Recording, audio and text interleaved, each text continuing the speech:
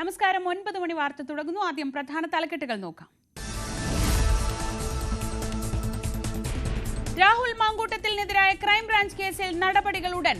പരാതി ഉന്നയിച്ച യുവതികളുടെ മൊഴിയെടുക്കും. ഉടൻ നോട്ടീസ് നൽകും. പ്രത്യേക ക്രൈംബ്രാഞ്ച് സംഘത്തെ ഇന്ന് തീരുമാനിച്ചേക്കും. രാഹുൽ ഗർഭചിത്രം നടത്താൻ നിർബന്ധിച്ച് യുവതിയെ കണ്ടെത്താനും നീക്കം.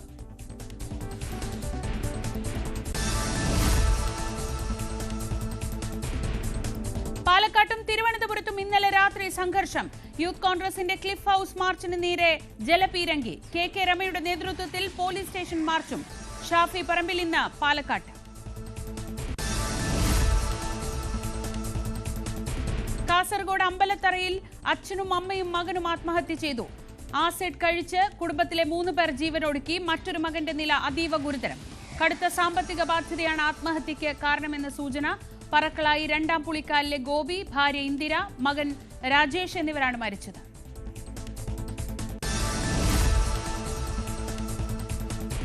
അമേരിക്കയുടെ അധിക ചുങ്കം നേരിടാൻ നടപടികളുമായി ഇന്ത്യ. 40 രാജ്യങ്ങളിലേക്ക് കയറ്റുമതി വർദ്ധിപ്പിക്കാൻ നീക്കം. മോദി ഇന്ന് ജപ്പാനിൽ, നാളെ ചൈനയിലെത്തും.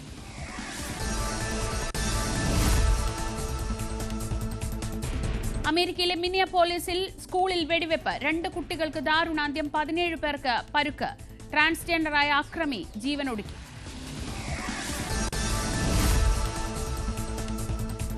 താമരശ്ശേരി ചുരത്തിൽ വീണ്ടും ഗതാഗത നിയന്ത്രണം. ലക്കിടിയിലും അടിവാരത്തും വാഹനങ്ങൾ തടയുന്നു.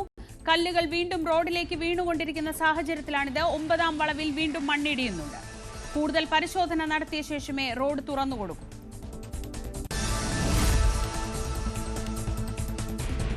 ജമ്മുകശ്മീരിൽ മഴക്കെടുതി അതിരൂക്ഷം. മരണം 41ആയി. നൂറ്റാണ്ടിലെ ഏറ്റവും ഉയർന്ന മഴയാണ് ജമ്മുവിൽ രേഖപ്പെടുത്തിയത്.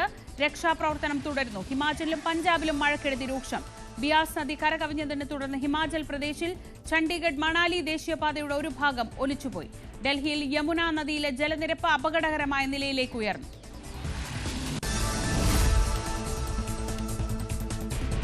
സംസ്ഥാനത്ത് വീണ്ടും മഴ മുന്നറിയിപ്പ്. 6 വടക്കൻ ജില്ലകളിൽ യെല്ലോ അലർട്ട്. മറ്റ് ജില്ലകളിൽ ഒറ്റപ്പെട്ട മഴയ്ക്ക് സാധ്യത.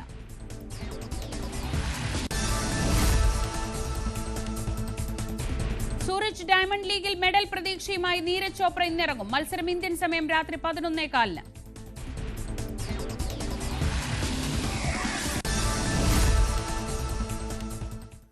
രാഹുൽ മാങ്കൂട്ടത്തിനെതിരെ പരാതി ഉന്നയിച്ച യുവതികളുടെ മൊഴിയെടുക്കാൻ ക്രൈംബ്രാഞ്ച്. രാഹുലിനെതിരെ ഗുരുതര വെളിപ്പെടുത്തൽ നടത്തിയ Rini Ann George, trans woman Avanthika എന്നിവരുടെ മൊഴിയാകും ആദ്യം രേഖപ്പെടുത്തുക. കേസ് അന്വേഷിക്കാനുള്ള പ്രത്യേക ക്രൈംബ്രാഞ്ച് സംഘത്തെ ADGP H. വെങ്കടേഷ് ഇന്ന് തീരുമാനിച്ചേക്കും. ഗർഭഛിദ്രം നടത്താൻ രാഹുൽ നിർബന്ധിച്ച യുവതിയെ കണ്ടെത്താനും പോലീസ് നീക്കം നടത്തുന്നുണ്ട്. VV അരുൺ വിവരങ്ങളുമായി ചേരുന്നു. Arun, good morning. ഈ രാഹുൽ മാങ്കൂട്ടവുമായി ബന്ധപ്പെട്ട കേസ് ഇന്നലെ രജിസ്റ്റർ ചെയ്തിട്ടുണ്ട് ക്രൈംബ്രാഞ്ച്. പക്ഷേ പരാതിക്കാരില്ല എന്നതാണ് ഈ കേസിന്റെ ഒരു പ്രത്യേകത. റിനി ആൻഡ് ജോർജ് ഇന്നലെ കൂടി ഇൻസ്റ്റഗ്രാമിൽ ഒരു പോസ്റ്റ് ഇട്ടിട്ടുണ്ട്. അത് ഈ സിസ്റ്റത്തെ ഒന്ന് കറക്റ്റ് ചെയ്യാനാണ് ശ്രമിച്ചത്. അതിന് പിന്നിൽ യാതൊരു ഗൂഢാലോചനയുമില്ല. ശ്രദ്ധിക്കേണ്ട കാര്യം, റിനി ഇന്ന് വരെ രാഹുൽ മാങ്കൂട്ടത്തിൽ എന്ന പേര് പറഞ്ഞിട്ട് പോലുമില്ല. അങ്ങനെയെങ്കിൽ അവരൊരു പരാതി ഔദ്യോഗികമായി കൊടുക്കാൻ തയ്യാറാവുമോ എന്നത് ഒരു പ്രധാനപ്പെട്ട ചോദ്യം. അവന്തികയുടെ പരാതി അവിടെ നിലനിൽക്കുന്നുണ്ട്. ഈ കേസിൽ എങ്ങനെ മുന്നോട്ട് പോകാനാണ് ക്രൈംബ്രാഞ്ച് ആലോചിക്കുന്നത്? എന്തൊക്കെയാണ് ക്രൈംബ്രാഞ്ച് ആസ്ഥാനത്തെ നീക്കങ്ങൾ?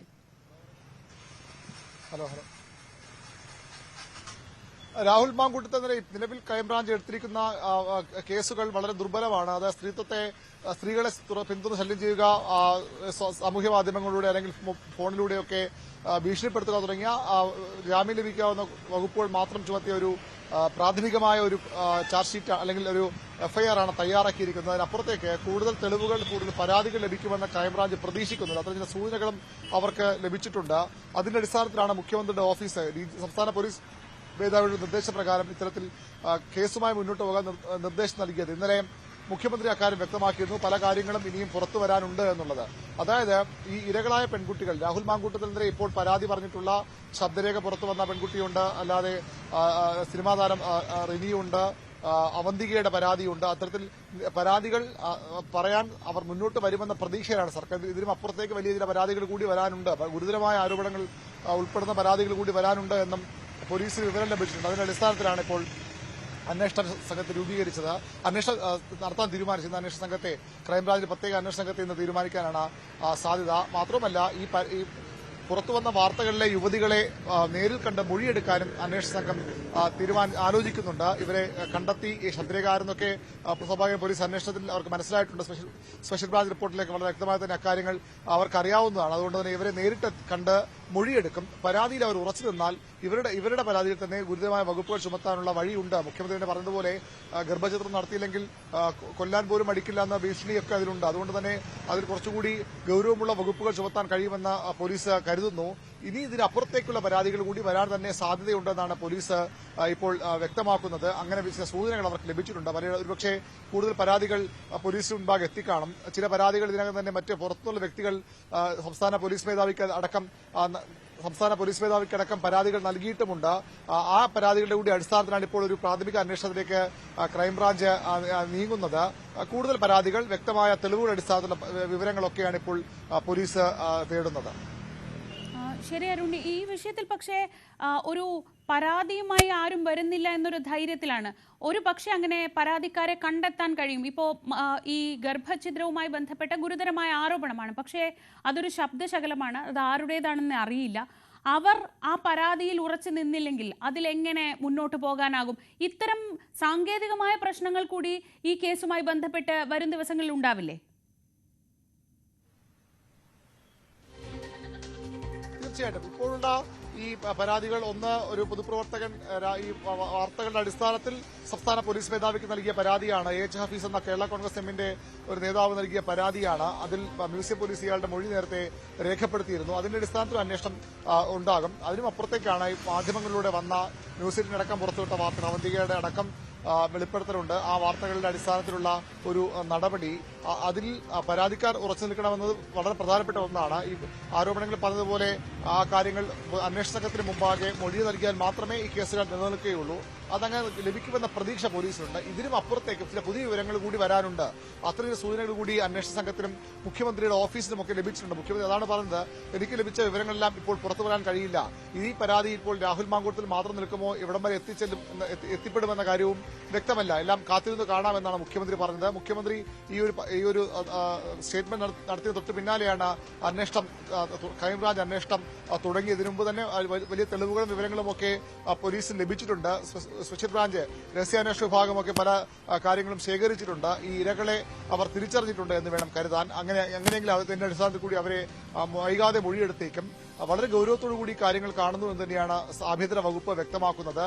പരാതി പറയാൻ ആർക്കെങ്കിലും ഭയമുണ്ടെങ്കിൽ, ആരെങ്കിലും ഇത്തരത്തിൽ ഇരകളായി ഉണ്ട്, അവർക്ക് ഈ നേതാവിന്റെ MLA-യുടെ സ്വാധീനത്തിൽ, രാഷ്ട്രീയ സ്വാധീനത്തിൽ, അയാളുടെ സാമ്പത്തിക സ്വാധീനത്തിൽ അല്ലെങ്കിൽ അണികളുടെ ബലത്തിലൊക്കെ ഏതെങ്കിലും തരത്തിൽ പരാതി പറയാൻ ആർക്കെങ്കിലും ഭയമുണ്ടെങ്കിൽ ആ ഭയം വേണ്ട, ആർക്കും ധൈര്യത്തോടെ വന്ന് പരാതി പറയാം, അവർക്ക് പൂർണ്ണ സംരക്ഷണം നൽകുമെന്നതിനെ സംസ്ഥാനത്തെ മുഖ്യമന്ത്രി തന്നെ വ്യക്തമാക്കിയിരുന്നു. അതിന്റെ അടിസ്ഥാനത്തിൽ കൂടി കൂടുതൽ പരാതികൾ വരുമെന്നാണ് അന്വേഷണ സംഘവും ആഭ്യന്തര വകുപ്പും പ്രതീക്ഷിക്കുന്നത്. ഏതായാലും വളരെ ഗൌരവത്തോടൊരു അന്വേഷണം ആരംഭിച്ചിട്ടുണ്ട്. എങ്ങനെ ഇത് മുന്നോട്ട് പോകുമെന്നതിൽ ഏറ്റവും പ്രധാനം ഈ ഇരകൾ പരാതി പറയാൻ രംഗത്ത് വരണം എന്നുള്ളത് തന്നെയാണ്. ഉണ്ടാകും എന്നാണ് അന്വേഷണ സംഘം പ്രതീക്ഷിക്കുന്നത്. അതുണ്ടായില്ലെങ്കിൽ സ്വാഭാവികമായും ഇത് ഒരു സാധാരണ അന്വേഷണമായി മാറുകയും രാഹുൽ മാങ്കൂട്ടം തന്നെ ആ രീതിയിൽ അയാൾ ചെയ്തുവെന്ന് ആരോപിക്കപ്പെടുന്ന കുറ്റങ്ങൾ തക്ക ശിക്ഷ ലഭിക്കാൻ കഴിയാത്ത ഒരു അന്വേഷണ പ്രഹസനമായി മാറാനും സാധ്യതയുണ്ട്. പക്ഷേ ഈ ഇരകൾ മൊഴി നൽകാൻ വന്നാൽ കാര്യങ്ങൾ മാറിമറിയും. കോൺഗ്രസ് പറയുന്നത് പോലെ ഇപ്പോൾ ആരും പരാതി പറഞ്ഞില്ല, എന്നിട്ടും എന്തോ ത്യാഗം ചെയ്തതുപോലെയാണ് കോൺഗ്രസ് നേതാക്കൾ പറയുന്നത്. എന്നിട്ട് പോലും നടപടിയെടുത്ത പാർട്ടിയാണ് കോൺഗ്രസ് എന്ന് പറയുന്നു. പക്ഷേ ഈ പരാതി കൂടി വന്നാൽ കോൺഗ്രസ് എങ്ങനെ അതിനെ പ്രതിരോധിക്കും?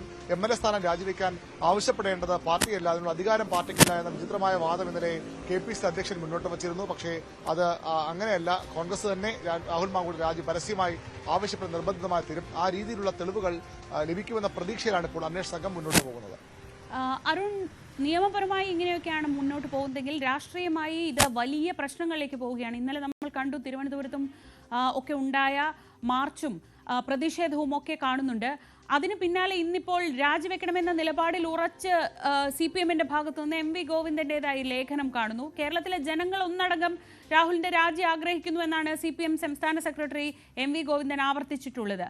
ഈ ഏത് വിധേനയും രാഹുലിനെ സംരക്ഷിച്ച് നിർത്തുകയാണ് കോൺഗ്രസ് എന്ന ഒരു ആരോപണം ഒരു വശത്ത് ഉന്നയിക്കുന്നു. പക്ഷേ കോൺഗ്രസ് ഇപ്പോഴും നിൽക്കുന്നത് ഈ രാജി എന്ന് പറയുന്നത് നടപടി സംഘടനാ തലത്തിൽ എടുത്തു കഴിഞ്ഞു. ഇനി രാഹുലാണ് തീരുമാനിക്കേണ്ടത് എന്നൊരു നിലപാടിൽ തന്നെ കോൺഗ്രസ് തുടരുകയാണ്. മുഖ്യമന്ത്രി എം വി ഗോവിന്ദൻ ഇങ്ങനെ എല്ലാവരും പരസ്യമായി രംഗത്തെത്തുമ്പോഴും ഈ ഒരു നിലപാടിൽ ഉറച്ച് എത്രത്തോളം കോൺഗ്രസിന് നിൽക്കാനാവും?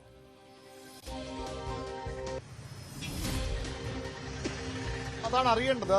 ഗൗരവതരമുള്ള ഒരു വകുപ്പുകൾ ചുമത്തി ഏതെങ്കിലും വകുപ്പുകൾ ചുമത്തി രാഹുലിന്റെ കേസെടുത്താൽ കോൺഗ്രസിന്റെ ഇപ്പോഴത്തെ ഈ മുട്ടാപ്പോക്ക് നയം നിലനിൽക്കില്ല. ഇന്നലെ കെ.പി. സതീശൻ പറഞ്ഞു തന്നെ തീർത്തും അപക്വമെന്ന് പറയേണ്ട ഒരു പ്രതികരണമാണ്. KPCC ടിക്കറ്റിൽ, കോൺഗ്രസ് ടിക്കറ്റിൽ കൈപ്പത്തി ചിഹ്നത്തിൽ പാലക്കാട് മത്സരം ജയിച്ച ആളാണ് രാഹുൽ മാങ്കൂട്ടത്തിൽ. അതിനുള്ള അവസരം അദ്ദേഹം നൽകിയത് കോൺഗ്രസ് പാർട്ടിയാണ്. കോൺഗ്രസിന്റെ നിയമസഭാ കക്ഷിയിൽ അംഗമായിരുന്നു രാഹുൽ മാങ്കൂട്ടത്തിൽ. ഇപ്പോഴും സാങ്കേതികമായി അയാൾ കോൺഗ്രസിന്റെ നിയമസഭാ കക്ഷിയിൽ അംഗം തന്നെയാണ്. അടുത്ത നിയമസഭാ സമ്മേളനം ആരംഭിക്കുമ്പോൾ രാഹുൽ മാങ്കൂട്ടത്തെ ക്ഷണിക്കില്ലെന്നാണ് കോൺഗ്രസ് പറഞ്ഞത്. അപ്പോഴും രാഹുൽ മാങ്കൂട്ടത്ത് എം എൽ എ അല്ലാതാകുന്നില്ല. അതുകൊണ്ട് തന്നെ അത്തരത്തിലൊരു പാർട്ടി ടിക്കറ്റിൽ മത്സരിച്ച ഒരാൾ ജയിച്ചു വന്നാൽ അയാളുടെ രാജി ആവശ്യപ്പെടണമെങ്കിൽ അത് ജനങ്ങളാണ് തീരുമാനിക്കേണ്ടതെന്ന് പറഞ്ഞ എന്ത് ന്യായമെന്ന ചോദ്യമാണ് സ്വാഭാവികമായും കെ.പി. സതീശന്റെ പ്രസ്താവനയ്ക്ക് നേരെ ഉയരുന്നത്. CPM ആകട്ടെ കുറച്ചുകൂടി കടുപ്പിക്കുകയാണ്. ഈ രാജി യഥാർത്ഥത്തിൽ രാഹുൽ മാങ്കൂട്ടത്തിൽ രാജിവെക്കാതെ തുടർന്ന് തന്നെയാണ് രാഷ്ട്രീയ ഗുണമുണ്ടാക്കുന്ന CPM കരുതുമ്പോഴും അവർ ശക്തമായ പ്രതിഷേധങ്ങൾ സംഘടിപ്പിക്കുന്നുണ്ട്. DYFI ഷാഫി പറമ്പിനെതിരെ നടത്തിയ പ്രതിഷേധമടക്കമുള്ളവ അതിന് ഉദാഹരണമാണ്. ഇന്ന് കന്റോൺമെന്റ് ഹൌസിലേക്ക് SFIയുടെ മാർച്ചുണ്ട്. BJP ആകട്ടെ അതിശക്തമായ പ്രക്ഷോഭം എല്ലാ ദിവസവും വേണം കന്റോൺമെന്റ് ഹൌസിലേക്ക്. ഇത് രാഹുൽ മാങ്കൂട്ടത്തിൽ എന്ന MLA-ക്കെതിരെ മാത്രം ഒരുങ്ങുന്ന ഒരു ആരോപണമായ എല്ലാ BJP കോൺഗ്രസും CPM BJPയും ഒക്കെ എടുക്കുന്നത്. VD സതീശൻ സംരക്ഷിക്കുന്നു. തന്റെ നിയമസഭാ കക്ഷിയിലെ MLA രാജിവെക്കരുതെന്ന് ആവശ്യപ്പെടുന്നത് VD സതീശനാണ്. എന്തിന് രാജിവെക്കുന്നു ചോദിക്കുന്ന VD സതീശനാണ്. അതുകൊണ്ട് VD സതീശനെതിരെ പോലും ആണിപ്പോൾ സമരം. ഇന്നലെയും യുവമോർച്ചയുടെ മാർച്ച് കന്റോൺമെന്റ് ഹൌസിലേക്ക് ഉണ്ടായിരുന്നു. ഇന്ന് SFI അവിടേക്ക് മാർച്ച് നടത്തുകയാണ്. അത്തരത്തിൽ VD സതീശനും ഷാഫി പറമ്പിനുമെതിരെ കൂടി പ്രതിഷേധമായി മാറുകയാണ്. ഇത് കോൺഗ്രസിന്റെ ഒരു പൊതുപ്രശ്നമാക്കി മാറ്റിയാണ് ഇപ്പോൾ സമരങ്ങൾ നടക്കുന്നത്. മറുവശത്തെ കോൺഗ്രസും പ്രതിരോധിക്കുന്നുണ്ട്. അവർ ആദ്യം ഈ കന്റോൺമെന്റ് ഹൌസിലേക്ക് നടത്തിയ മാർച്ചിനെ വെല്ലുവിളിച്ചുകൊണ്ടാണ് ക്ലിഫ് ഹൌസിലേക്ക് ഒരു ദിവസം മാർച്ച് നടത്തി. ഇന്നലെ അത്തരം ഒരു മാർച്ചാണ് ആദ്യം തീരുമാനിച്ചത്. പിന്നീട് അത് ഷാഫി പറമ്പിൽ തടഞ്ഞതിൽ പ്രതിഷേധിച്ച വലിയ സംഘർഷത്തിലേക്ക് കാര്യങ്ങൾ ഇന്നലെ രാത്രി പോയിരുന്നു. ലാത്തിചാർജും പോലീസ് നേരെ തീപ്പന്തമെറിയിലും അടക്കമുള്ള അക്രമ സംഭവങ്ങളിലേക്ക് കാര്യങ്ങൾ പോയിരുന്നു. അങ്ങനെ ഇതൊരു ക്രമസമാധാന പ്രശ്നമായി കൂടി മാറുകയാണ്. ഷാഫി പറമ്പിലിനെ തടയാൻ DYFI ശ്രമിക്കുമ്പോൾ സ്വാഭാവികമായും പ്രതിരോധം കോൺഗ്രസിന്റെ ഭാഗത്തുണ്ടാകും. ഇന്നലെയും അതുതന്നെയാണ് കണ്ടത്. ഇനിയും അത്തരം നടപടികൾ ഉണ്ടായാൽ ആ രീതിയിലുള്ള സംഘർഷമായത് മാറും. രാഹുൽ മാങ്കൂട്ടത്തിൽ മണ്ഡലത്തിൽ കാലുകുത്താൻ പോലും അനുവദിക്കില്ല എന്ന് CPM അതുപോലെ തന്നെ BJPയും വ്യക്തമാക്കിയിട്ടുണ്ട്. അവിടെയും സ്വാഭാവികമായും രാഹുലിന്റെ പ്രതിരോധവുമായി അയാൾക്കൊപ്പമുള്ളവർ എത്തും. അങ്ങനെ വരുമ്പോൾ വീണ്ടും സംഘർഷമാകും. ഇതൊരു ക്രമസമാധാന നില പോലും തകരാറിലാവുന്ന തരത്തിലേക്ക് കാര്യങ്ങൾ മാറുകയാണ്. നിരന്തര സമരങ്ങളിലേക്കും സംഘർഷങ്ങളിലേക്കും പോവുകയാണ്. എത്ര നാൾ കോൺഗ്രസ് നേതൃത്വം രാഹുൽ മാങ്കൂട്ടത്തിൽ രാജിവെക്കേണ്ട, കേരളത്തിലെ കീഴ്വഴക്കം അതല്ല. ആരോപണ വിധേയനായ മന്ത്രിസ്ഥാനം മാത്രമാണ് രാജിവെച്ചത്. ആരോപണ വിധേയനായ ഇടത് MLA-മാർ രാജിവെച്ചിട്ടില്ല. അവർക്ക് ഇന്നലെ ഒരു ശ്രദ്ധേയമായ കാര്യമുള്ളത്, നേരത്തെ M. മുകേഷ് MLA എന്തുകൊണ്ട് രാജിവെക്കുന്നില്ല എന്ന ചോദ്യത്തിന് CPM സംസ്ഥാന സെക്രട്ടറിയുടെ മറുപടി, എക്സിക്യൂട്ടീവ് അധികാരമുള്ളവർ രാജിവെച്ചാൽ, ഉദാഹരണത്തിന് മന്ത്രിയെ പോലുള്ള രാജിവെച്ചാൽ ഒരു ആരോപണം തെറ്റെന്ന് തെളിഞ്ഞാൽ തിരിച്ചു വരാൻ അവസരമുണ്ടാകും. അങ്ങനെ മന്ത്രിമാർ അധികാരത്തിൽ തിരിച്ചു വന്നിട്ടുമുണ്ട്. പക്ഷേ ഒരു MLA ഒരു ആരോപണത്തിൽ രാജിവെച്ചാൽ അയാൾ കുറ്റം ചെയ്തിട്ട് പിന്നീട് തെളിഞ്ഞാൽ പോലും തിരിച്ചു വരാൻ കഴിയില്ല. അതേ വാചകമാണ് ഇന്നലെ KPCC അധ്യക്ഷനും പറഞ്ഞത്. അതായത് ഈ വിഷയം വരുമ്പോൾ രണ്ടുപേർക്കും ഒരേ ശബ്ദം ഒരേ സ്വരം എന്നുകൂടി പറയേണ്ടി വരും. ഏതായാലും CPM M. മുകേഷിനെ സംരക്ഷിക്കാൻ പറഞ്ഞ അതേ വാദമാണിപ്പോൾ രാഹുൽ മാങ്കൂട്ടത്തിന്റെ MLA സ്ഥാനം നിലനിർത്താൻ ഒരു ഉപതെരഞ്ഞെടുപ്പ് ഒഴിവാക്കാൻ കോൺഗ്രസ് നേതൃത്വവും പറയുന്നത്. പക്ഷേ ഒരു ഗുരുതരമായ അന്വേഷണത്തിലേക്ക് കാര്യങ്ങൾ പോവുകയും ശക്തമായ അന്വേഷണത്തിലേക്ക് പോയി ഗുരുതരമായ വകുപ്പുകൾ ചുമത്തി രാഹുൽ മാങ്കൂട്ടത്തിനെതിരെ കേസെടുക്കുകയും ചെയ്താൽ ഈ പരാതി പറഞ്ഞ പെൺകുട്ടികൾ ഇനിയും പരാതി പറയുമെന്ന് പ്രതീക്ഷിക്കപ്പെടുന്ന അത്തരം അഭ്യൂഹങ്ങളിൽ നിൽക്കുന്ന സ്ത്രീകൾ ഈ പരാതിയിൽ ഉറച്ചു നിന്നാൽ അത് പോലീസിനും ആ മൊഴി നൽകിയാൽ രാഹുൽ മാങ്കൂട്ടത്തിന്റെയും കോൺഗ്രസിന്റെയും ഒക്കെ ഇപ്പോഴത്തെ ഈ രക്ഷപ്പെടാൻ പറയുന്ന തന്ത്രങ്ങളൊന്നും വിലപ്പോകാൻ ഒരു വഴിയുമില്ല. ശ്രീജ, ഒറ്റ കാര്യം കൂടി അരുൺ, ഇന്നലെ നമ്മൾ വടകരയിൽ ഷാഫി പറമ്പിലിന്റെ നേർക്കുള്ളൊരു പ്രതിഷേധവും അതിന് ഷാഫിയുടെ മറുപടിയും ഒക്കെ കണ്ടിരുന്നു. അതിനെ തുടർന്ന് വൈകുന്നേരമുണ്ടായ പ്രതിഷേധ പ്രകടനങ്ങളും നമ്മൾ കണ്ടതാണ്. അതായത് ഇതിനെ രാഷ്ട്രീയമായി മറ്റൊരു തലത്തിലേക്ക് കൊണ്ടുപോകാൻ ഒരു MP എന്ന നിലയിൽ, ജനപ്രതിനിധി എന്ന നിലയിൽ തന്നെ ഇറങ്ങി പ്രവർത്തിക്കാൻ അനുവദിക്കുന്നില്ല എന്നൊരു ആരോപണം, അല്ലെങ്കിൽ റോഡിൽ നേരിടുന്നു എന്ന തരത്തിലുള്ള പ്രതീതി, ഇതൊക്കെ ജനിപ്പിച്ച് ഈ വിഷയത്തെ മറ്റൊരു തലത്തിലേക്ക് കൊണ്ടുപോകാൻ കൂടിയുള്ള ഒരു ശ്രമം ഇതിനിടയിൽ നടക്കുന്നുണ്ടോ?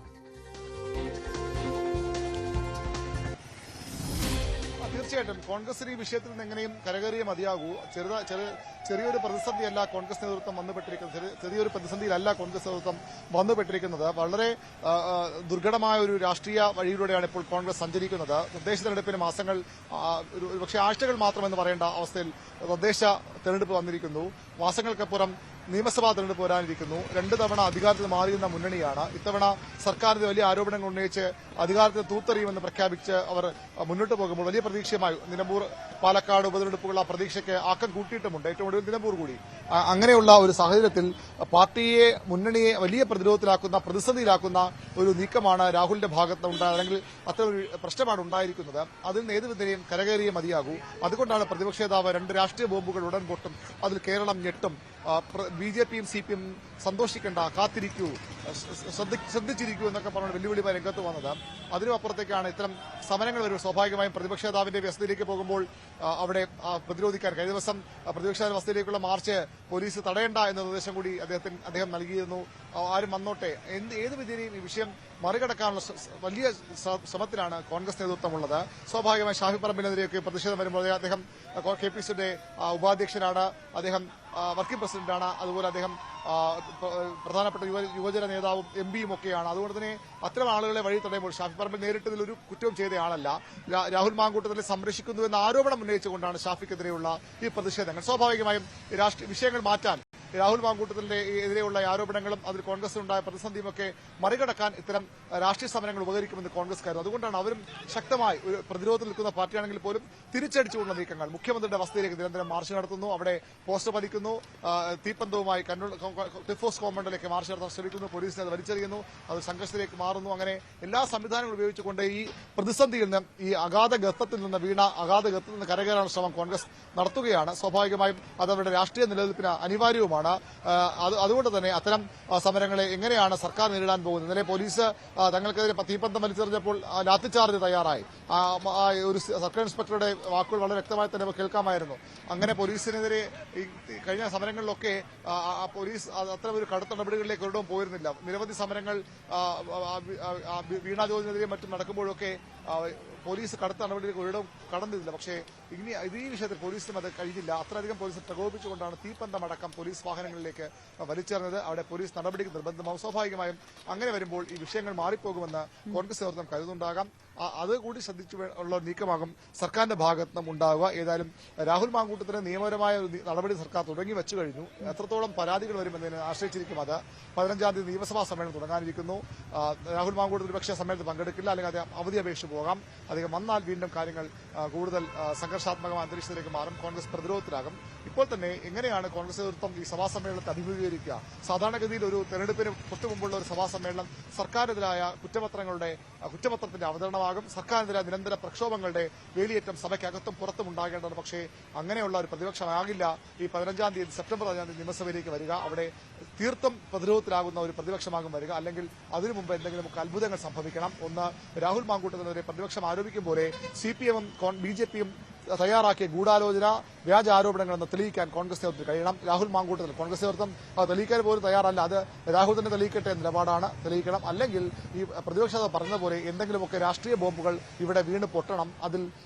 അതിന്റെ ആഘാതം CPM-നും BJPക്ക് അപ്പുറത്തേക്ക് CPM-നുണ്ടാകണമെങ്കിൽ മാത്രമേ നിയമസഭയിൽ മുഖം രക്ഷിക്കാൻ, നിയമസഭയിൽ വീറോടെ ഭരണപക്ഷത്തിനെതിരെ ആഞ്ഞടിക്കാൻ പ്രതിപക്ഷത്തിന് കഴിയൂ. അത്തരമൊരു രാഷ്ട്രീയ ബോംബ് കാത്തിരിക്കുകയാണ് UDF-ഉം കോൺഗ്രസുമൊക്കെ. അത് സംഭവിക്കുമോ എന്ന് അറിയേണ്ടിയിരിക്കുന്നു. അല്ലെങ്കിൽ അക്ഷരാർത്ഥത്തിൽ പ്രതിരോധത്തിലായ, അക്ഷരാർത്ഥത്തിൽ പ്രതിസന്ധിയിലായ, അക്ഷരാർത്ഥത്തിൽ പിൻബെഞ്ചിലായ ഒരു പ്രതിപക്ഷത്തെ നമുക്ക് നിയമസഭയിൽ കാണേണ്ടി വരും. ഇനിയുള്ള ദിവസങ്ങൾ എങ്ങനെയാണ് രാഷ്ട്രീയം നീങ്ങുന്നത്? ഏറ്റവും രാഷ്ട്രീയമായ കൗതുകം, ഒരു തെരഞ്ഞെടുപ്പിന് മുൻപ് സാധാരണ രീതിയിൽ വർദ്ധിത വീര്യത്തോടെ പ്രതിപക്ഷം തങ്ങളുടെ പ്രകടനം പുറത്തെടുക്കുന്നതാണ് എപ്പോഴും നിയമസഭയിലായാലും അല്ലെങ്കിലും ഒക്കെ കാണാറുള്ളത്. പക്ഷേ അതിന് പകരം പ്രതിരോധത്തിലായ, ദുർബലരായ ഒരു പ്രതിപക്ഷമാണ് ഇത്തവണ നിയമസഭാ മന്ദിരത്തിലേക്ക് എത്തുന്നത്. അതിനു മുൻപ് രാഷ്ട്രീയ ബോംബുകൾ എന്തെങ്കിലും പൊട്ടുമോ? പക്ഷേ ഇന്നലെ VD സതീശൻ തന്നെ പിറകോട്ട് പോകുന്നതാണ് കണ്ടത്. ബോംബെന്ന് താൻ പറഞ്ഞിട്ടില്ല, അത് മാധ്യമങ്ങൾ പറഞ്ഞതാണ് എന്ന് പറഞ്ഞ് ഒരു സ്റ്റെപ്പ് പിറകോട്ട് വെക്കുന്ന VD സതീശനെയാണ് ഇന്നലെ കണ്ടത്.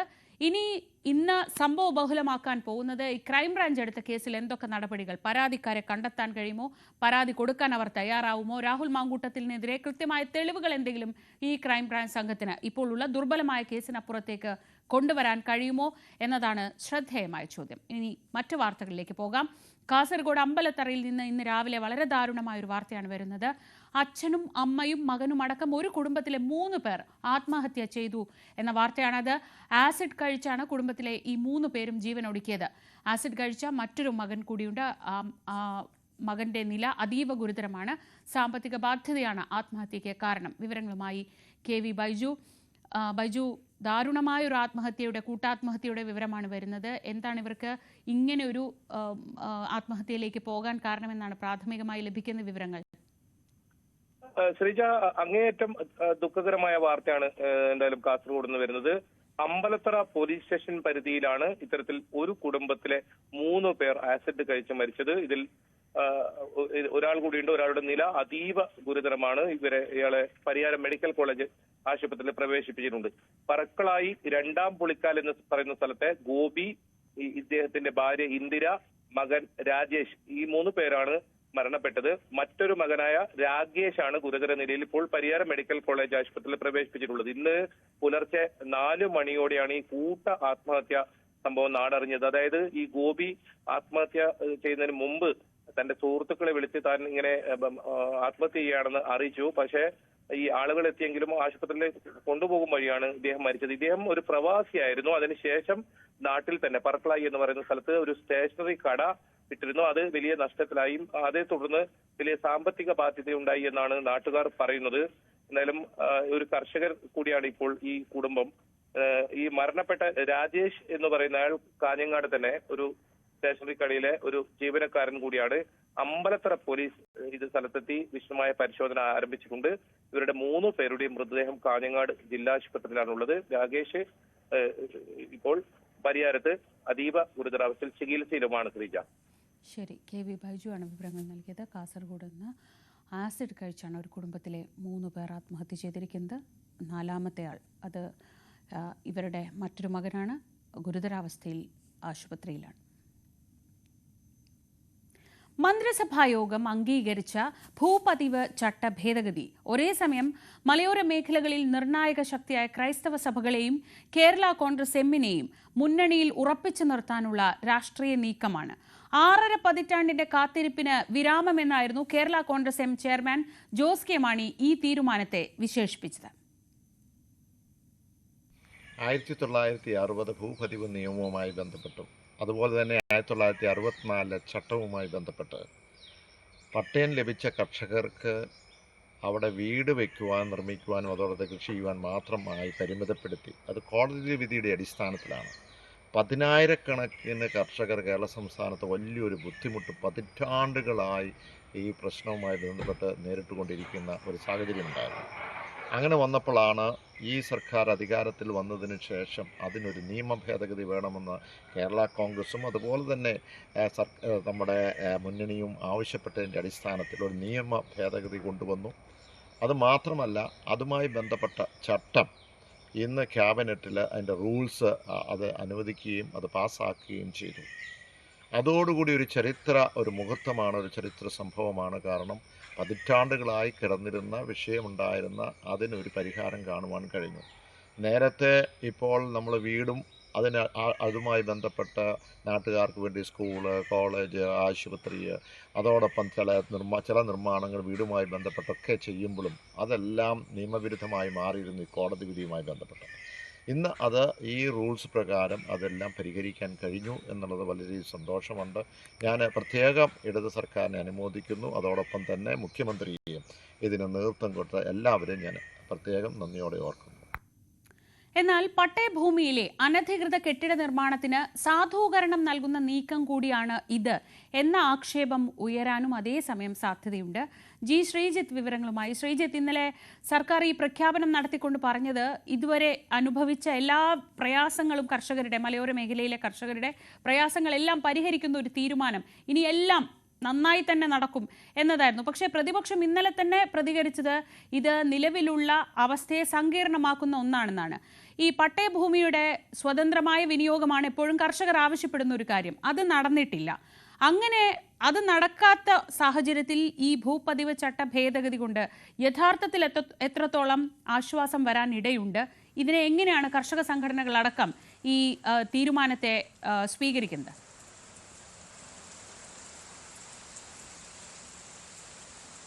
ശ്രീജ, ഇതിന്റെ സങ്കീർണത സംബന്ധിച്ച് ഇത് അനുഭവിക്കുന്ന മനുഷ്യർ അല്ലെങ്കിൽ ആ പ്രദേശത്തുള്ള സഭകൾ, രാഷ്ട്രീയ നേതാക്കൾ, പരിസ്ഥിതി പ്രവർത്തകർ അടക്കമുള്ളവരുടെ പ്രതികരണങ്ങളാണ് ഇനി ഉയർന്നു വരേണ്ടത്. നിലവിൽ എന്തായാലും പ്രതിപക്ഷത്തിന്റെയും ഭരണപക്ഷത്തിന്റെയും പ്രതികരണങ്ങൾ മാത്രമാണ് ഉണ്ടായിട്ടുള്ളത്.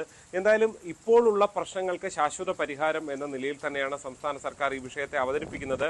അതിനെ പരിപൂർണമായും കേരള കോൺഗ്രസ് എം സ്വാഗതം ചെയ്യുകയും ചെയ്യുന്നു. പല എതിർപ്പുകളും ഉണ്ടായിട്ട് നമുക്കറിയാം, ഏതാണ്ട് 65 വർഷമായി നിൽക്കുന്ന ഒരു പ്രശ്നം എന്ന നിലയിൽ കെ എം മാണി ഉൾപ്പെടെയുള്ളവർ റവന്യൂ മന്ത്രിയായിരുന്ന ഒരു കാലം കൂടി ഉണ്ടായിരുന്നു. പക്ഷെ ആ ഘട്ടത്തിലൊന്നും പരിഹരിക്കാതിരുന്ന ഒരു പ്രശ്നത്തിന് ഇപ്പോൾ ഒരു രാഷ്ട്രീയമായി ഫലത്തിൽ സർക്കാർ ഒരു തീരുമാനമെടുത്ത് തെരഞ്ഞെടുപ്പ് വാഗ്ദാനം തന്നെ നൽകിക്കൊണ്ട് ഒരു തീരുമാനത്തിലേക്ക് എത്തുന്നു എന്നുള്ളതാണ് ഏറ്റവും പ്രധാനപ്പെട്ടത്. അതിനെ പരിപൂർണമായും കേരള കോൺഗ്രസ് എം പൂർണ്ണമായും സ്വാഗതം ചെയ്യുമ്പോൾ ഈ സഭകളുടെ ഭാഗത്തു നിന്ന് അതല്ലെങ്കിൽ ഇതുവരെ അതിനപ്പുറത്തേക്കുള്ള ഒരു എതിർപ്പുകൾ കാര്യമായി ഉയർന്നു വന്നിട്ടില്ല എന്നുള്ളതാണ്. നമുക്കറിയാം, സമീപകാലത്ത് ഒരു പരിധിവരെ UDF അനുകൂല നിലപാടുകളിലേക്ക് സഭകൾ മാറിപ്പോകുന്ന കാഴ്ചയാണ് കണ്ടത്. അവിടെ കേരള കോൺഗ്രസ് എമ്മിനെ ഇപ്പുറത്തേക്ക് എത്തിക്കാൻ, UDFിലേക്ക് തന്നെ എത്തിക്കാൻ സഭകൾ പലതരത്തിലുള്ള ശ്രമം നടത്തുന്നു. UDF തന്നെ ശ്രമം നേരിട്ട് നടത്തുന്നു, പല ചർച്ചകൾ നടക്കുന്നു, നേരിട്ട് ക്ഷണിക്കുന്നു, ഇങ്ങനെ പല നീക്കങ്ങളും നടക്കുന്നു. അപ്പോൾ രണ്ട് കാര്യങ്ങളുണ്ട്. ഒന്ന്, ഈ മലയോര മേഖലയിൽ വന്യജീവി പ്രശ്നം ഉൾപ്പെടെയുള്ള പ്രശ്നങ്ങൾ മൂലം ആ ജനതയാകെ ബുദ്ധിമുട്ടിലാണ്. ക്രൈസ്തവ സഭകളാകെ വലിയ പ്രതിഷേധത്തിലാണ്, പ്രത്യക്ഷ സമരത്തിൽ തന്നെയാണ് കാലങ്ങളായി. അവിടെയാണ് അവരുടെ ഒരു പ്രശ്നം. ഇപ്പോൾ മറ്റു പല തങ്ങളുടേതായ UDFന്റെ സർക്കാരുകൾ ഉണ്ടായിട്ടുണ്ട്. പക്ഷെ അതൊന്നും ഉണ്ടായപ്പോൾ പോലും പരിഹരിക്കാത്തൊരു പ്രശ്നത്തിന് ഇപ്പോൾ പരിഹാരം ഉണ്ടാക്കുന്നു എന്നതാണ് LDF ചൂണ്ടിക്കാണിക്കുന്ന ഒരു പ്രധാനപ്പെട്ട കാര്യം. തീർച്ചയായും അത് ആ ജനതയെ സ്വാധീനിക്കുകയും ആ വോട്ട് ബാങ്ക് തങ്ങളിലേക്ക് തന്നെ ഉറപ്പിക്കാനും കഴിയും. അത് നേരിട്ട് ഇടത് സ്ഥാനാർത്ഥികൾക്ക് ലഭിക്കുക എന്നുള്ളതിനപ്പുറം ഈ മേഖലയിലൊക്കെ ഇപ്പോൾ ഇടുക്കി അടക്കമുള്ള മേഖലകൾ, റോഷി അഗസ്റ്റിൻ ഉൾപ്പെടെ മത്സരിക്കുന്ന പല മേഖലകളിലും അത് LDFനാകെ, കേരള കോൺഗ്രസിലൂടെ LDFനാകെ ഗുണമുണ്ടാകും എന്ന വിലയിരുത്തലാണ് അവരെ സംബന്ധിച്ചുള്ളത്. അങ്ങനെ ക്രൈസ്തവ വോട്ട് നിലനിർത്തുക, ഒപ്പം തന്നെ അതിനൊപ്പം കേരള കോൺഗ്രസിനെ ഇവിടെ തന്നെ അടിയുറപ്പിച്ച് നിർത്തുക എന്നുള്ള ഒരു രാഷ്ട്രീയ തന്ത്രം കൂടിയാണ് ഫലത്തിൽ LDF പയറ്റുന്നത്. നേരത്തെ തന്നെ ചൂണ്ടിക്കാണിച്ചതുപോലെ ഇത് പല കയ്യേറ്റങ്ങളെ സ്വാധൂകരിക്കും എന്നൊക്കെയുള്ള ആക്ഷേപങ്ങളായിരുന്നു കാലങ്ങളായി ഉണ്ടായിരുന്നത്. പല സർക്കാരുകൾക്കും ഈ നിയമ ഭേദഗതി അടക്കം നടപ്പാക്കാൻ കഴിയാതെ വന്നതിന് ഒരു പരിധിവരെയുള്ള കാരണങ്ങളും അങ്ങനെയുള്ള പ്രശ്നങ്ങളൊക്കെ തന്നെയാണ്. നമുക്കറിയാം, പല മലയോര മേഖലകളിലെ കയ്യേറ്റമടക്കമുള്ള വിഷയങ്ങളിൽ VSനെ പോലുള്ള നേതാക്കളൊക്കെ ഇടപെട്ടിരുന്ന ഒരു കാലം ഉണ്ടായിരുന്നതാനും. നിലവിലെന്തായാലും ഇതിങ്ങനെ പോരാ, ഇതിനും ശക്തമായി വേണം എന്നാണ് ഫലത്തിൽ UDF ഉൾപ്പെടെ ആവശ്യപ്പെടുന്നത്. അതിനപ്പുറത്തേക്ക് ഒരു പ്രതിഷേധങ്ങളിലേക്ക് പോകുന്ന ഒരു രാഷ്ട്രീയ കാലാവസ്ഥ കേരളത്തിലേക്ക് എത്തുന്നില്ല എന്നുള്ളതാണ്. തീർച്ചയായും സഭകൾ ആ മേഖലയിൽ ഇപ്പോൾ ഇടുക്കി രൂപത അല്ലെങ്കിൽ അങ്ങനെ താമരശ്ശേരി രൂപത ഇവരൊക്കെയാണ് ഇതിൽ ഇനിയും എതിർപ്പുകൾ ഉണ്ടോ എന്ന് വ്യക്തമാക്കേണ്ടവർ. ഫലത്തിൽ ഈ വിഭാഗങ്ങൾക്കൊക്കെ വേണ്ടി തന്നെയാണ് ഈ നിയമ ഭേദഗതി ഉണ്ടായിരിക്കുന്നത്. അതിനെ എങ്ങനെ സ്വാഗതം ചെയ്യും, അതോ ഇനിയും ഇങ്ങനെ പോരാ എന്നാണ് പറയുക എന്നുള്ളത് തീർച്ചയായും കാത്തിരുന്ന് തന്നെ കാണേണ്ട വിഷയം. ശ്രീജിത്ത്, രാഷ്ട്രീയമായി നോക്കിയാൽ ഈ തെരഞ്ഞെടുപ്പിന് മുൻപ് നമുക്കറിയാം, ഈ ക്രൈസ്തവ വോട്ടുകളെ എങ്ങനെ ഇങ്ങോട്ടേക്ക് കൊണ്ടുവരാമെന്ന് ഓരോരുത്തരും പരിശ്രമിച്ചുകൊണ്ടിരിക്കുന്ന ഒരു സമയമാണ്. അപ്പോൾ ഏറ്റവും കൂടുതൽ ക്രൈസ്തവ ജനതയുള്ള അല്ലെങ്കിൽ പ്രത്യേകിച്ച് കുടിയേറി താമസിക്കുന്നവരൊക്കെയുള്ള മേഖലയിൽ വലിയ രീതിയിൽ ബാധിക്കാനിടയുള്ള ഒരു തീരുമാനമാണിത്. ആ രീതിയിൽ ഒരു വോട്ട് ബാങ്കിനെ ഉറപ്പിച്ച് നിർത്താൻ CPM ഈ നീക്കത്തിലൂടെ എന്തായാലും ശ്രമിക്കുന്നുണ്ട്. പക്ഷേ അതേസമയം തന്നെ നമ്മൾ ശ്രദ്ധിക്കേണ്ടത്, ഈ കെട്ടിടം പണിതിട്ടുള്ളവർക്ക് അത് ക്രമപ്പെടുത്താമെന്ന് പറയുമ്പോഴും അതിന് ഫീസ് ഈടാക്കുന്നത് എങ്ങനെയാണ് എന്നുള്ളത് തീരുമാനിക്കുന്നതൊക്കെ പിന്നീടായിരിക്കും. അപ്പോൾ അതിൽ വലിയ രീതിയിലുള്ള അഴിമതി ഉണ്ടാകാൻ സാധ്യതയുണ്ട് എന്നൊരു ആശങ്കയുമുണ്ട്. എന്തായാലും ആദ്യത്തെ ഈ തീരുമാനം വരുമ്പോൾ അത് CPMനും LDFനും സർക്കാരിനുമൊക്കെ അനുകൂലമായി തന്നെയാണ്.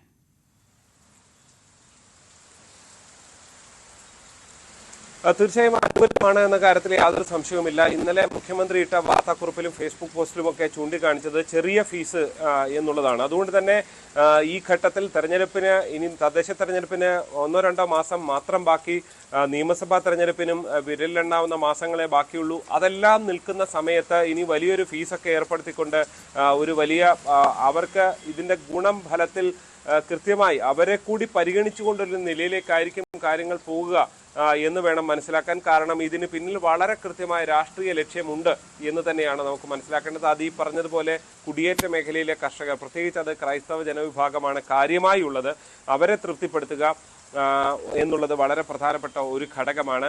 അവരെ തൃപ്തിപ്പെടുത്തിയാൽ മാത്രം പോലെ ഒരല്പം ആടി ഉലഞ്ഞു നിൽക്കുകയാണ് കേരള കോൺഗ്രസ് എം എന്ന തോന്നൽ ഒരുപക്ഷെ കേരളത്തിന്റെ രാഷ്ട്രീയത്തിൽ അത്തരം ചർച്ചകൾ നടക്കുന്ന ഒരു സമയമാണ്.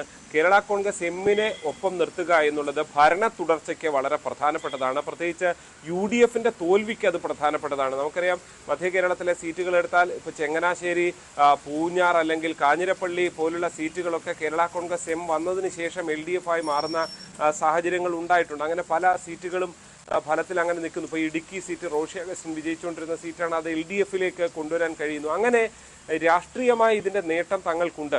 രാഷ്ട്രീയമായ നേട്ടം LDFനുണ്ടാകുമ്പോൾ അപ്പുറത്ത് തോൽക്കുന്നത് UDF ആണ്.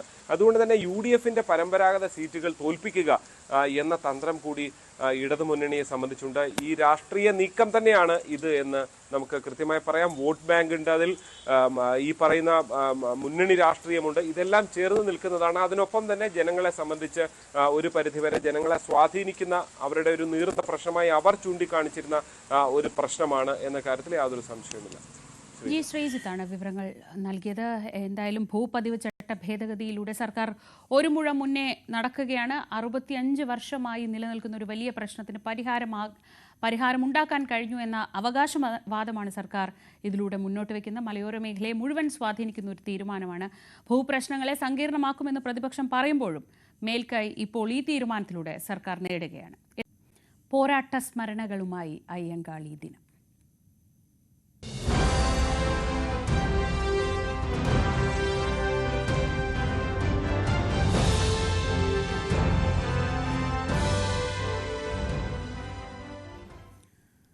ചരിത്രത്തിന്റെ ഗതി മാറ്റിയ അയ്യങ്കാളിയുടെ വില്ലുവണ്ടി ഇന്നും ജാതി വിവേചനത്തിനെതിരെയുള്ള എല്ലാ പോരാട്ടങ്ങൾക്കും ഊർജം പകരുന്നതാണ്.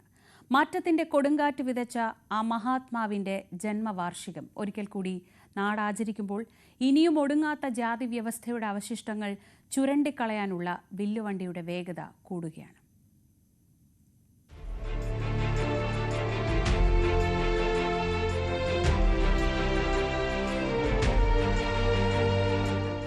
ആയിരത്തി 1863 ഇതുപോലൊരു ഓഗസ്റ്റ് 28 ഒരു പ്രതിഷേധ ജ്വാല പിറവിയെടുത്തത്.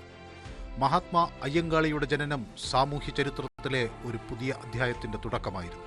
പിന്നെ കാലം കണ്ടത് തിരുവിതാംകൂറിലെ അടിച്ചമർത്തപ്പെട്ട ജനതയുടെ പുരോഗതിക്കായുള്ള പടയൊരുക്കം. കേരളത്തിന്റെ സാമൂഹ്യ രാഷ്ട്രീയ ഘടനയെ മാറ്റിമറിച്ച നിശ്ചയദാർഢ്യം. 1893 പെരുങ്കാറ്റുവിള കുന്നിൻ ചെരുവിലെ വീട്ടിൽ നിന്ന് വെങ്ങാനൂരിലെ രാജവീതിയിലേക്ക് ഇറങ്ങിയ ഒരു 30കാരന്റെ വില്ലുവണ്ടി ഉരുണ്ടത് സവർണബോധത്തിന്റെ മുകളിലൂടെയായിരുന്നു. കുനിഞ്ഞു വണങ്ങി നിൽക്കാൻ മാത്രം ശീലിച്ചവന്റെ നടുനിവർത്തി അവനൊരു തലപ്പാവ് വെച്ചു കൊടുത്തു ആ സാമൂഹ്യ പരിഷ്കർത്താവ്. 1898-99 കാലഘട്ടങ്ങളിൽ ബാലരാമപുരം, കഴക്കൂട്ടം, കണിയാപുരം തുടങ്ങിയ മേഖലകളിലെല്ലാം പോരിനു വന്നു മാടമ്പികൾ. തിരുവിതാംകൂറിലെ കർഷക തൊഴിലാളികളുടെ ആദ്യത്തെ പണിമുടക്ക് സമരം നയിച്ചത് അയ്യങ്കാളിയായിരുന്നു. കുട്ടികൾക്ക് സ്കൂൾ പ്രവേശനം വേണം എന്നതായിരുന്നു ആവശ്യം. 1904 വെങ്ങാനൂരിലെ അയ്യങ്കാളി സ്ഥാപിച്ച കുടിപ്പള്ളിക്കൂടം അഗ്നിക്കിരയാക്കപ്പെട്ടു. പക്ഷേ ഒടുവിൽ ആവശ്യം അംഗീകരിച്ച് എതിരാളികൾ സമരം ഒത്തുതീർപ്പാക്കി. തന്റെ ജാതിയിലുള്ള സ്ത്രീകളോട് മുലക്കച്ചയണിഞ്ഞു നടക്കാൻ ആഹ്വാനം ചെയ്തു അയ്യങ്കാളി. അടിമത്വത്തിന്റെ അടയാളമായ കല്ലയും മാലയും കാതിലെ ഇരുമ്പ് വളയങ്ങളുമെല്ലാം അവർ വലിച്ചെറിഞ്ഞു. ജാതിശാസനകളെ വെല്ലുവിളിച്ച മഹാത്മാ അയ്യങ്കാളി ഇന്നും ഒരു പ്രതിഷേധമായി, പുരോഗമന ആശയമായി ജനമനസ്സുകളിൽ പടരുന്നു. സവർണ തിട്ടൂരങ്ങളെ ചോദ്യം ചെയ്ത ആ ഉഗ്രശബ്ദം നിലയ്ക്കില്ല. News desk, news 18. കേരളത്തിന്റെ നവോത്ഥാന മുന്നേറ്റത്തിന്റെ പ്രതീകമായ മഹാത്മാ അയ്യങ്കാളിയുടെ 162ാം ജന്മദിനത്തിൽ സർക്കാരിന്റെയും വിവിധ സംഘടനകളുടെയും നേതൃത്വത്തിൽ ഘോഷയാത്രയും അനുസ്മരണ സമ്മേളനങ്ങളുമായി വിവിധ പരിപാടികളാണ് സംഘടിപ്പിച്ചിട്ടുള്ളത്. ഊരൂട്ടമ്പലത്ത് നിന്ന് സാരംഗ് സുധാകരൻ. സാരംഗ്, മഹാത്മാ അയ്യങ്കാളിയുടെ ഓർമ്മകൾ ഏറ്റവും കൂടുതൽ നിറഞ്ഞു നിൽക്കുന്ന സ്ഥലമാണ്. പഞ്ചമിയുടെ കൈയും പിടിച്ച് അദ്ദേഹം നടന്നു കയറിയ ആ വഴികൾ എന്നും ഒരു ഓർമ്മപ്പെടുത്തൽ കൂടിയാണ്. എങ്ങനെയൊക്കെയാണ് അയ്യങ്കാളി ജയന്തി ദിനത്തിൽ അവിടെ പരിപാടികൾ സംഘടിപ്പിച്ചിരിക്കുന്നത്? തീർച്ചയായും ശ്രീജ, വിപുലമായ പരിപാടികൾ തന്നെയാണ് ഊരൂട്ടമ്പലം അടക്കമുള്ള തലസ്ഥാന നഗരിയിലും മറ്റുമെല്ലാം നടത്തിക്കൊണ്ടിരിക്കുന്നത്. അതായത് ഇന്നത്തെ ഒരു ദിവസം, അതായത് ഈയൊരു ഉരുട്ടമ്പലത്തിനും വെങ്ങാനൂരിനും എല്ലാം വളരെ പ്രത്യേകത നിറഞ്ഞ ഒരു ദിവസമാണ്. കാരണം ഒരു നവോത്ഥാന നായകന്റെ പിറവിയെടുത്ത ദിനമാണെന്ന്. മാത്രമല്ല ഈയൊരു ഉരുട്ടമ്പലത്തിനടക്കം വളരെയധികം പ്രത്യേകതകളുണ്ട്. നവോത്ഥാനത്തിന്റെ പല പ്രധാന സ്ഥലങ്ങളിലൂടെയും കടന്നുപോയൊരു സ്ഥലമാണിത്. പഞ്ചമിയുമായി അയ്യങ്കാളി കടന്നു വന്നൊരു സ്കൂളാണ് ഈ ഒരു ഉരുട്ടമ്പലം ജംഗ്ഷനിൽ നിലനിൽക്കുന്നത്. സ്കൂളിന് സവർണ ജാതിയിൽപ്പെട്ടവർ തീയിടുകയും അതിനുശേഷം ആ ഒരു സ്കൂളിൽ തന്നെ പഞ്ചമി പഠനം പൂർത്തിയാക്കുകയും അത്തരത്തിലുള്ള ഒരു വലിയ ഒരു നവോത്ഥാന ചരിത്രം ഉറങ്ങുന്ന ഒരു മണ്ണാണ് ഉരുട്ടമ്പലം. മാത്രമല്ല ഇതോട് ചേർന്ന് നിൽക്കുന്ന വെങ്ങാനൂർ, ഒപ്പം തന്നെ പല ഭാഗങ്ങൾ തിരുവനന്തപുരത്തിന്റെ പല ഭാഗങ്ങളിലും അയ്യങ്കാളി നടത്തിയ നവോത്ഥാന പോരാട്ടങ്ങളുടെ പല കഥകളും ഉറങ്ങിക്കിടക്കുന്നു. ഇന്ന് നമ്മൾ സാധാരണക്കാർ അനുഭവിക്കുന്ന ജാതിമത ഭേദമന്യേ സാധാരണക്കാർ അനുഭവിക്കുന്ന പല അടിസ്ഥാനപരമായ കാര്യങ്ങളും ഒരു കാലത്ത് നേടിയെടുക്കാൻ വേണ്ടി നടത്തിയ പല പോരാട്ടങ്ങളുടെയും ഓർമ്മപ്പെടുത്തലാണ് ഇന്നത്തെ ഒരു ദിവസം. അയ്യങ്കാളി ദിനം അത്തരത്തിലുള്ള ഒരു പോരാട്ടങ്ങളുടെ ഓർമ്മപ്പെടുത്തൽ കൂടിയാണ്. നമ്മൾ ഈ കാണുന്ന പ്രതിമയിൽ കാണുന്ന പഞ്ചമിയുടെ ഒരു സ്കൂൾ പ്രവേശനം പോലും അത്തരത്തിൽ അന്നത്തെ കാലത്ത് ഒരു വളരെ വിപ്ലവകരമായ ഒന്നായിരുന്നു. കാരണം താഴ്ന്ന ജാതിയിൽപ്പെട്ടവർക്ക് യാതൊരുവിധ അടിസ്ഥാനപരമായ കാര്യങ്ങളോ യാതൊരുവിധ അടിസ്ഥാനപരമായിട്ടുള്ള സൗകര്യങ്ങളോ അത്തരത്തിൽ മാനുഷികപരമായുള്ള ഒരു കാര്യങ്ങളും അംഗീകരിച്ചു കൊടുക്കാത്തൊരു കാലഘട്ടം നമ്മുടെ നാട്ടിൽ ഒരുപാട് വർഷങ്ങൾക്ക് മുൻപ് പോലും നിലനിന്നിരുന്നു എന്നൊരു കാര്യം നമുക്ക് ഓർമ്മപ്പെടുത്തുന്ന ഒരു ദിവസം കൂടിയാണിത്. മാത്രമല്ല ഈ ഒരു താഴ്ന്ന ജാതിയിൽപ്പെട്ടവർക്ക് ഈ ഇത്തരത്തിലൊരു സ്കൂൾ വിദ്യാഭ്യാസം നൽകിയില്ലെങ്കിൽ സവർണരുടെ പാടശേഖരങ്ങളെല്ലാം തരിച്ചു കിടക്കും, അവിടെ കളമുളയ്ക്കും എന്ന തരത്തിലുള്ള പ്രഖ്യാപനം, ഒപ്പം തന്നെ വില്ലുവണ്ടി സമരം, ഈ കല്ലുമാല സമരം തുടങ്ങി പല വിധത്തിലുള്ള നവോത്ഥാന ഏതൊക്കെ ഭാഗങ്ങളിൽ ഈ ഒരു അധസ്ഥിതരായ ജനങ്ങൾ അനീതി നേരിടുന്നുണ്ടോ അതിനൊക്കെ നേരെ വിരൽ ചൂണ്ടുകയും പോരാട്ടങ്ങൾ നടത്തുകയും ചെയ്യാതെ ഒരു മഹാനായിരുന്നു അയ്യങ്കാളി. അത്തരത്തിൽ നടത്തിയ എല്ലാ പോരാട്ടങ്ങളിലും അദ്ദേഹം വിജയം കണ്ടു എന്നതായിരുന്നു ഏറ്റവും വലിയ ഒരു പ്രത്യേകത. മാത്രമല്ല ഈ ഒരു കേരളത്തിന്റെ തന്നെ നവോത്ഥാന നായകരിൽ ഏറ്റവും പ്രധാനപ്പെട്ട ഒരു വ്യക്തിയാണ് അയ്യങ്കാളി. നമുക്കറിയാം ഈ ഒരു വില്ലുവണ്ടി സമരത്തിനെ പറ്റിയൊക്കെ നമ്മൾ ഒരുപാട് ചർച്ച ചെയ്തിട്ടുള്ളതാണ്. അതായത് ഈ ഒരു കാലത്ത് നമ്മൾ ഈ നിൽക്കുന്ന ജംഗ്ഷനിൽ ഉള്ള യാത്രകൾ പോലും, അതായത് ഇത്തരം മേഖലയിൽ പോലുള്ള യാത്രകൾ പോലും സവർണർക്ക് മാത്രം അവർക്ക് മാത്രം അവകാശപ്പെട്ട ഒന്നായിരുന്നു. മറ്റുള്ള താഴ്ന്ന ജാതിയിൽപ്പെട്ടവർക്ക് ഇത്തരത്തിലുള്ള ഒരു സഞ്ചാര സ്വാതന്ത്ര്യം പോലും നിഷേധിക്കപ്പെട്ട ഒരു സംസ്ഥാനം, അതായത് ഒരു രീതി നിലനിന്നിരുന്നു. അത്തരത്തിലുള്ള ഒരു രീതിക്കെതിരെ വില്ലുവണ്ടി സമരം, അതായത് ഈ ഒരു വില്ലുവണ്ടി സമരം എന്ന് പറയുമ്പോൾ തന്നെ അതിൽ ഒരു രാജാക്കന്മാരുടെ തുല്യമായിട്ടുള്ള തരത്തിൽ വേഷവിധാനങ്ങളോടുകൂടി നടത്തിയ ഒരു വില്ലുവണ്ടി സമരം, ഒപ്പം തന്നെ കല്ലുമാല പറിച്ചു കളഞ്ഞുകൊണ്ടുള്ള കല്ലുമാല സമരം, ഒപ്പം ഈ ഒരു താഴ്ന്ന ജാതിയിൽപ്പെട്ട സ്ത്രീകൾക്ക് ഈ ഒരു അടിവസ്ത്രം, അതായത് മേൽമുണ്ട് ധരിക്കാനുള്ള ഒരു അവകാശത്തിന് വേണ്ടി നടത്തിയിട്ടുള്ള സമരങ്ങൾ, ഒപ്പം തന്നെ വിദ്യാഭ്യാസത്തിന് വേണ്ടി നടത്തിയ സമരങ്ങൾ, ഒപ്പം ക്ഷേത്ര വിളംബരത്തിന് വേണ്ടി അദ്ദേഹം നടത്തിയ പ്രവർത്തനങ്ങൾ, അത് മഹാത്മാഗാന്ധി അടക്കം അംഗീകരിച്ചിട്ടുള്ള ഒരു കാര്യമാണ്. അദ്ദേഹം ഈ വെങ്ങാനൂരിലെത്തി ഈ അയ്യങ്കാളിയെ നേരിട്ട് സന്ദർശിച്ച് അദ്ദേഹത്തിനെ അഭിനന്ദിച്ച ഒരു സംഭവം ഉണ്ടായിട്ടുണ്ട്. അതിനുശേഷം അദ്ദേഹത്തിന്റെ അവസാന ആഗ്രഹമായി തന്നെ അദ്ദേഹം പറഞ്ഞത്, അതായത് അദ്ദേഹത്തിന്റെ ജീവിതാഭിലാഷം എന്ന് പറഞ്ഞത് തങ്ങളുടെ ജാതിയിൽപ്പെട്ട ഒരു 10 പേരെയെങ്കിലും BA പാസ്സായി കാണണമെന്നായിരുന്നു. അതിനു പകരം ഈ ഒരു മഹാത്മാഗാന്ധി മറുപടി പറഞ്ഞത് 100 പേരെയെങ്കിലും അത്തരത്തിൽ BA പാസ്സാക്കി കാണിച്ചു കൊടുക്കും, അത്തരത്തിലൊരു സഹായം അദ്ദേഹം വാഗ്ദാനം ചെയ്തിരുന്നു. അത്തരത്തിൽ നമ്മൾ നോക്കുകയാണെങ്കിൽ ഇന്ന് കേരളം നവോത്ഥാനത്തിലും സാമൂഹ്യ പരിഷ്കരണത്തിലും ഒരുപാട് മുൻപന്തിയിൽ നിൽക്കുന്നുണ്ടെങ്കിലും ഇത്തരത്തിലുള്ള കനത്ത പോരാട്ടങ്ങളുടെ ഒരു രീതിയിലാണ് ഇതെല്ലാം നാം നേടിയെടുത്തത്. ആരുടെയും ഔദാര്യത്തിലോ അല്ലെങ്കിൽ ഒരു ദയയുടെ പേരിലോ നമുക്ക്, അതായത് താഴ്ന്ന ജാതിക്കാർക്കടക്കം ലഭിച്ചിരിക്കുന്ന ഈ ഒരു മാനുഷിക പരിഗണന പോലും ഒരു കാലത്ത് നിഷേധിക്കപ്പെട്ട ഒരു നാടാണ് നമ്മുടേത് എന്നുള്ളൊരു ഓർമ്മപ്പെടുത്തലാണ്. അത്തരം തിരിച്ചു പോകാനുള്ള അത്തരം കാര്യങ്ങളിലേക്കൊന്നും ഒരു തരത്തിലും തിരിച്ചു പോകാൻ പാടില്ല എന്നതിനുള്ള ഓർമ്മപ്പെടുത്തലും കൂടിയാണ് ഇന്നത്തെ ഒരു ദിവസം. മാത്രമല്ല ഈ ഒരു മഹാത്മാ അയ്യങ്കാളിയുടെ 162ാം ജന്മവാർഷിക ദിനമാണ്. ആ ദിനത്തിൽ നമ്മൾ ഓർക്കേണ്ടത് ഇന്ന് നാം നേടിയെടുത്ത എന്തൊക്കെ മുന്നേറ്റങ്ങളുണ്ടോ അതിനെ പിറകോട്ട് വലിക്കുന്ന എന്തൊക്കെ ഘടകങ്ങൾ നമ്മുടെ സമൂഹത്തിലേക്ക് വീണ്ടും വീണ്ടും വന്നുകൊണ്ടിരിക്കുന്നു എന്നതാണ്. അതിനെ ചെറുത്തു തോൽപ്പിക്കാനുള്ളൊരു പ്രതീകമായി നമുക്ക് മുന്നിൽ മഹാത്മാ അയ്യങ്കാളി തല ഉയർത്തിപ്പിടിച്ചു തന്നെ നിൽക്കുന്നുണ്ട്. അദ്ദേഹത്തിൻ്റെ ഓർമ്മകൾ അങ്ങനെയുള്ള എല്ലാ പിന്തിരിപ്പൻ കാര്യങ്ങളെയും തള്ളിക്കളയാനുള്ള ആ ഒരു പ്രചോദനമായി നമുക്ക് മുന്നിൽ ഉണ്ടാകട്ടെ എന്ന് മാത്രം ആഗ്രഹിക്കാം. ഊരൂട്ടമ്പലത്ത് മഹാത്മാ അയ്യങ്കാളി പഞ്ചമിയുടെ കൈപിടിച്ച് സ്കൂളിലേക്ക് നടന്നു കയറിയ സ്ഥലമാണ് ഊരൂട്ടമ്പലം. അവിടെ നിന്നാണ് സാരൻ സുധാകരൻ വിവരങ്ങൾ നൽകിയത്. വളരെ വിപുലമായി തന്നെ അയ്യങ്കാളി ജയന്തി ദിനം സർക്കാർ കൊണ്ടാടുന്നുണ്ട്. ഇനി നമ്മൾ മറ്റ് വാർത്തകളിലേക്ക് പോവുകയാണ്. IT ജീവനക്കാരനെ തട്ടിക്കൊണ്ടുപോയ കേസിൽ നടി ലക്ഷ്മി മേനോന്റെ അറസ്റ്റ് ഹൈക്കോടതി തടഞ്ഞു. ഓണാവധിക്ക് ശേഷം മുൻകൂർ ജാമ്യാപേക്ഷയിൽ ഹൈക്കോടതി വിശദമായ വാദം കേൾക്കും. കൊച്ചി നഗരത്തിലെ ബാറിൽ 2 സംഘങ്ങൾ തമ്മിലുണ്ടായ വാക്ക് തർക്കമായിരുന്നു ഈ തട്ടിക്കൊണ്ടുപോകലടക്കം കലാശിച്ചത്. വിവരങ്ങളുമായി ആജ്ഞ രവീന്ദ്രൻ ചേരുന്നു. ആജ്ഞ, ഇപ്പോൾ ഈ IT ജീവനക്കാരനെതിരെ ലക്ഷ്മി മേനോനും പരാതി നൽകിയെന്ന് അറിയുന്നുണ്ട്. എന്താണ് ഈ കേസിൽ ഇപ്പോൾ സംഭവിക്കുന്നത്?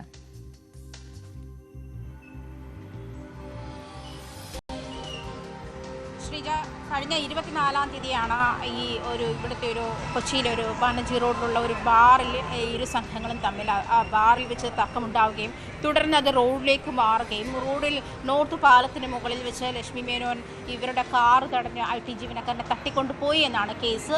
ഈ കേസുമായി ബന്ധപ്പെട്ട് ലക്ഷ്മി മേനോനൊപ്പം ഉണ്ടായിരുന്ന മറ്റു 3 പേരെ മിഥുൻ, നവീൻ, അതുപോലെ മിഥുൻ, അനീഷ്, അതുപോലെ സോനമോളി 3 പേരെയും കഴിഞ്ഞ ദിവസം പോലീസ് അറസ്റ്റ് ചെയ്തിരുന്നു. അതേസമയം ഈ ലക്ഷ്മി മേനോൻ കഴിഞ്ഞ ദിവസം മുതൽ ഒളിവിലായിരുന്നു എന്നാണ് ലഭിക്കുന്ന വിവരം. അതായത് ലക്ഷ്മി മേനോനെ പോലീസ് അന്വേഷിച്ചിരുന്നെങ്കിലും അറസ്റ്റ് ചെയ്യാനായില്ല, കണ്ടെത്താനായില്ല എന്നൊരു നിലപാടായിരുന്നു കഴിഞ്ഞ ദിവസം പോലീസ് അറിയിച്ചിരുന്നത്. അങ്ങനെയായിരുന്നു. എന്തായാലും ഇതുമായി ബന്ധപ്പെട്ട് തങ്ങളോട് ഉപദ്രവം ഉണ്ടാക്കിയതാണ്, അതായത് ബാറിൽ വെച്ച് തങ്ങളോടാണ് തങ്ങളെയാണ് കയ്യേറ്റം ചെയ്തത്.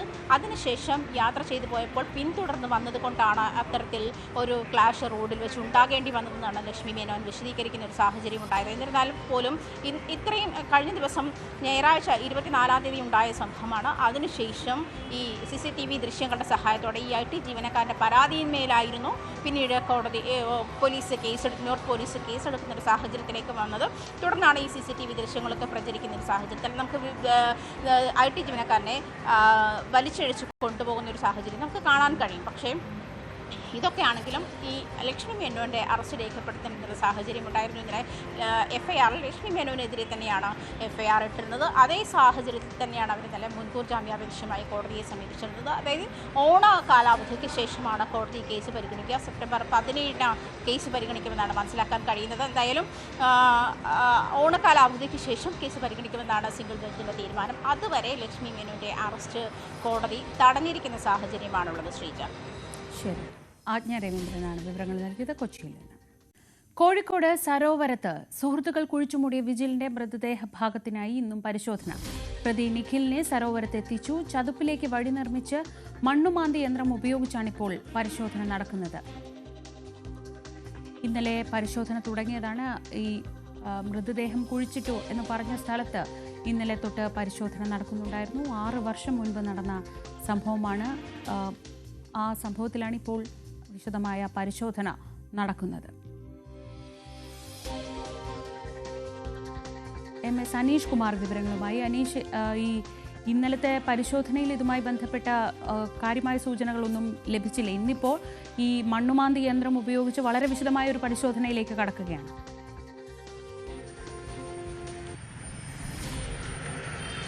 ശ്രീജ, ഇന്നലെ ഏതാണ്ട് 2 മണിക്കൂറോളം തെരച്ചിൽ നടത്തിയെങ്കിലും കാര്യമായി മൃതദേഹത്തിന്റെ ഭാഗങ്ങൾ കണ്ടെത്താൻ കഴിഞ്ഞില്ല. പ്രത്യേകിച്ചും ഈ ചതുപ്പിന്റെ ഭാഗം വലിയ തോതിൽ ചെളി അടിഞ്ഞുകൂടിയിരിക്കുന്ന സ്ഥലമാണ്. അവിടേക്ക് ഈ മണ്ണുമാന്തി യന്ത്രത്തിന് കടന്നു പോകാൻ കഴിയാത്ത ഒരു സാഹചര്യം ഉണ്ടായിരുന്നു. ഒപ്പം കനത്ത മഴ പെയ്യുന്ന ഒരു സ്ഥിതിയും. ഇന്നിപ്പോൾ രാവിലെ അവിടേക്ക് ഒരു പ്രത്യേക വഴിവെട്ടിയ ശേഷം ചെറിയ മണ്ണുമാന്തി യന്ത്രങ്ങൾ സ്ഥലത്തേക്ക് എത്തിക്കുന്നതിനുള്ള നീക്കങ്ങളാണ് പോലീസിന്റെ ഭാഗത്തുനിന്നും ഇപ്പോൾ നടത്തിക്കൊണ്ടിരിക്കുന്നത്. ഒപ്പം ഈ മൃതദേഹം കുഴിച്ചിട്ടു എന്ന് പറയുന്ന സ്ഥലത്ത് ഏതാനും വർഷങ്ങൾക്ക് മുമ്പ് ഒരു മുജാഹിദീൻ മഹാസമ്മേളനം നടന്നിരുന്നു. അന്ന് ഈ പ്ലാറ്റ്ഫോം നേരെയാക്കുന്നതിന്റെ ഭാഗമായി അവിടെ ഈ തടിക്കഷ്ണങ്ങളും മറ്റുമൊക്കെ, അല്ലെങ്കിൽ പലക കഷ്ണങ്ങളും മറ്റുമൊക്കെ വിരിച്ചിരുന്നു. പിന്നീട് അതിന്റെ പലക കഷ്ണങ്ങളും കുറ്റികളും ഒക്കെ മണ്ണിലേക്ക് തന്നെ ഇടുന്ന ഒരു സാഹചര്യം. അതുകൊണ്ട് ഈ മരക്കഷ്ണങ്ങൾ പൂർണ്ണമായും നീക്കി വേണം പരിശോധന നടത്താൻ എന്ന ഒരു സാഹചര്യത്തിലേക്കാണ് ആ കാര്യങ്ങൾ എത്തിയിരുന്നത്. മറ്റൊന്ന്, ഈ 2019 പ്രളയം ഈ മൃതദേഹ ഭാഗങ്ങൾ ഇവിടെ നിന്നും മാറ്റിക്കളഞ്ഞു എന്നൊരു ആശങ്കയുമുണ്ട്. കാരണം 2019 മാർച്ചിലാണ് ഈ വിജിലിനെ ഇവിടെ കുഴിച്ചിട്ടതായി ഈ നിഖിലടക്കമുള്ള പ്രതികൾ മൊഴി നൽകിയിരിക്കുന്നത്. അതിനുശേഷം സെപ്റ്റംബറോടുകൂടിയാണ് വലിയ ഒരു പ്രളയം ഉണ്ടാവുകയും ഈ മേഖലകളൊക്കെ ഒന്നടങ്കം വെള്ളത്തിൽ മുങ്ങിപ്പോകുന്ന ഒരു സാഹചര്യം ഉണ്ടായത്. അത്തരം ഒഴുക്കും മറ്റുമൊക്കെ ഈ മൃതദേഹത്തെ ഇവിടെ നിന്ന് മാറ്റാൻ കാരണമായോ എന്ന ഒരു സംശയമുണ്ട്. എന്തായാലും ഇന്നിപ്പോൾ രാവിലെ തന്നെ കടാവർ നായ, അതായത് മനുഷ്യഗന്ധം തിരിച്ചറിയാൻ കഴിയുന്ന പോലീസ് നായ അടക്കം സ്ഥലത്തെത്തിച്ചിട്ടുണ്ടായിരുന്നു.